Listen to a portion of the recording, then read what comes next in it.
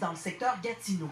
L'eau a envahi sa cour arrière au cours des derniers jours. Et voici l'état de son garage. Ça montait, puis commençait rapidement. Ça fait 12 ans que je suis demeuré ici, puis je dois vous dire que c'est la première fois que je vois ça en 12 ans. La rivière des Outaouais fait des siennes ici sur le boulevard Urtubise. Le paysage est loin d'être habituel. L'eau recouvre la chaussée à plusieurs endroits. Quand on voit les voitures passer comme ça là, dans l'eau, là, ouais, c'est impressionnant. On l'aime bien, mais on est un petit peu plus loin. Là, elle est un petit peu envahissante. Ce résident doit surveiller son sous-sol de près.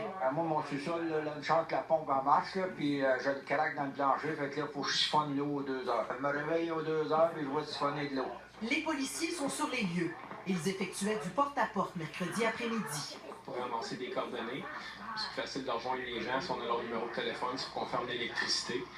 J'étais au centre Jean-René-Monette, tantôt il va être ouvert pour accueillir des gens si jamais il y a besoin. On se transporte sur la rue Saint-Louis, là où la situation est également préoccupante. Nous avons croisé le maire de Gatineau lors de notre passage. Il était sur le terrain pour constater la situation. Moi, j'ai beaucoup de sympathie pour les citoyens, là, parce que ça doit être dur à vivre là, quand on voit les dommages que ça cause aux maisons, des souvenirs des fois que les gens qui sont à risque. Là, ça fait que je ferai le tour là, de tous les endroits qui sont menacés. La pluie tombe. Les résidents regardent avec impuissance le niveau de l'eau.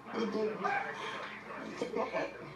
Donc voilà, on essaie de s'aider le mieux qu'on peut. Là, j'ai tout monté mes affaires tout seul, j'ai tout seul, moi. Il y a dans les routes, ici, c'est en 81. Au mois de janvier. Quand j'ai remonté, c'est tout. On fait quoi? Toute la voisine sont dans la même situation que nous. Les sacs de sable, eux, sont de plus en plus nombreux dans les secteurs sous surveillance. Alison Ouellette, TVA Nouvelles, Gatineau.